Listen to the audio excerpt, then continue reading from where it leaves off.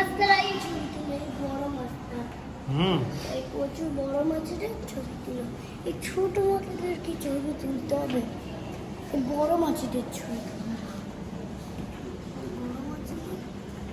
আরে এই মাছটা, এই পেছনের মাছটা কত বড় দেখতে পাচ্ছ?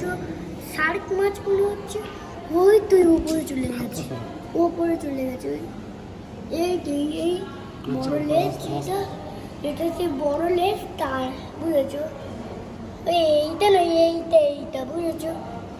ওই বড় কালোটা কত বড় চোখ দেখলে, এরকম আমার একটা কিনবো। কত বড় চোখ দেখো, এই যে